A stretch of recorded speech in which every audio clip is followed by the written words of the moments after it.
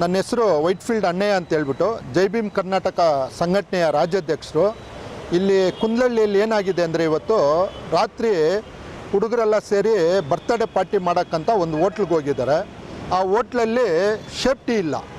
ಅದೇನಾಗಿದೆ, ಅವರು ಪಾರ್ಟಿ ಎಲ್ಲ ಮಾಡಿಕೊಂಡು ಏನೋ ಒಂದು ಮಾತಾಡ್ಕೊಂಡಿರೋವಾಗ ಪೊಲೀಸು ಒಳಗೆ ಹೋಗಿದೆ.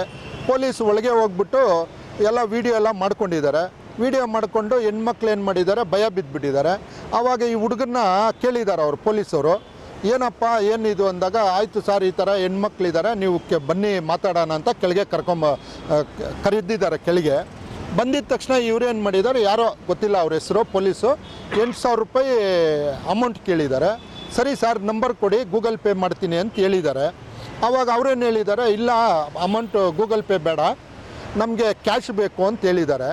ಆವಾಗ ಸರಿ ಸರ್ ಬನ್ನಿ ಕ್ಯಾಶ್ ತಗೊಡ್ತೀನಿ ಅಂತ ಹೇಳ್ಬಿಟ್ಟು ಕೆಳಗೆ ಬರೋ ಟೈಮಲ್ಲಿ ಹುಡುಗಿರು ಏನೋ ವೀಡಿಯೋ ಮಾಡಿಬಿಟ್ಟಿದ್ದಾರೆ ಅಂತೇಳ್ಬಿಟ್ಟು ಆ ಹುಡುಗಿ ಏನು ಮಾಡಿದ್ದಾಳೆ, ಮೇಲೆಯಿಂದ ಬಿದ್ದೋಗಿದ್ದಾಳೆ. ಬಿದ್ದೋಗಿ ರಾತ್ರಿನೇ ಪೊಲೀಸವರು ಎಲ್ಲ ಹಾಸ್ಪಿಟ್ಲಿಗೆ ತಂದು ಹಾಕಿದ್ದಾರೆ, ಆ ಹುಡುಗರು ಎಲ್ಲ ಸೇರಿ. ಆದರೆ ಅವರಪ್ಪ ಬಂದು ಒಂದು ಪೇಂಟ್ರು, ಪಾಪ ಅವ್ರು ಕೂಲಿ ಮಾಡೋರು, ಅವ್ರಿಗೆ ಯಾವುದೇ ಆದಾಯಗಳಿಲ್ಲ. ಮತ್ತು ಆ ಹೋಟ್ಲವರು ಇಷ್ಟಾಗಿದೆ, ಮಗು ಬದುಕ್ತದೋ ಇಲ್ಲೋ ಅಂತ ಗ್ಯಾರಂಟಿ ಇಲ್ಲ, ಬಂದಿಲ್ಲಿ ಏನು ಎತ್ತ ಅವ್ರಿಗೆ ಏನು ಮಾಡಬೇಕು ಅಂತ ಕೇಳ್ತಾ ಇಲ್ಲ. ಆದ್ದರಿಂದ ನಮ್ಮ ಮೀಡಿಯಾ ಮಿತ್ರರಿಂದ ನಾವು ಕೇಳ್ಕೊಳೋದೇನೆಂದರೆ, ಒಂದು ಪೊಲೀಸವರಾಗಿರ್ಬೋದು, ಇಲ್ಲ ಹೋಟ್ಲವರಾಗಿರ್ಬೋದು, ಇಲ್ಲ ಸರ್ಕಾರದವರಾಗಿರ್ಬೋದು, ದಯಮಾಡಿ ಬಂದು ಆ ಮಗುಗೆ ಒಂದು ಬದುಕಕ್ಕೆ ಒಂದು ದಾರಿ ತೋರಿಸ್ಬೇಕು.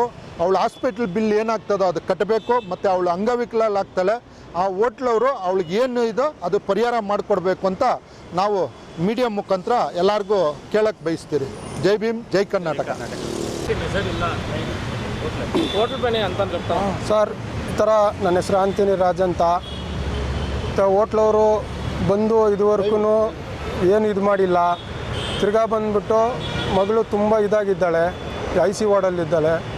ಅದರಿಂದ ಬಂದ್ಬಿಟ್ಟು ನಾನು ಮಾಡ್ತಾರೋ ಡೈಲಿ ಕೂಲಿ ಮಾಡ್ತಾರೋದು, ಪೇಂಟ್ ಕೆಲಸ ಮಾಡ್ತಾರೋದು ನಾನು.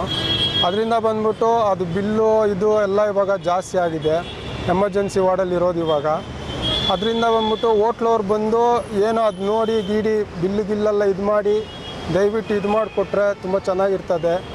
ಅದರಿಂದ ಈ ಸರ್ಕಾರದವರು ಎಲ್ಲ ಸೇರಿ ಏನೋ ಮಾಡಿದ್ರೆ ಚೆನ್ನಾಗಿರ್ತದೆ. ದಯವಿಟ್ಟು ನಿಮ್ಮನ್ನ ಬೇಡ್ಕೊತಾ ಇದ್ದೀನಿ, ದಯವಿಟ್ಟು ಇದೊಂದು ಹೆಲ್ಪ್ ಒಂದು ಮಾಡಿರಿ ನನಗೆ. ನನ್ನ ಮಗಳನ್ನ ಇಸ್ಕೊಡಿ.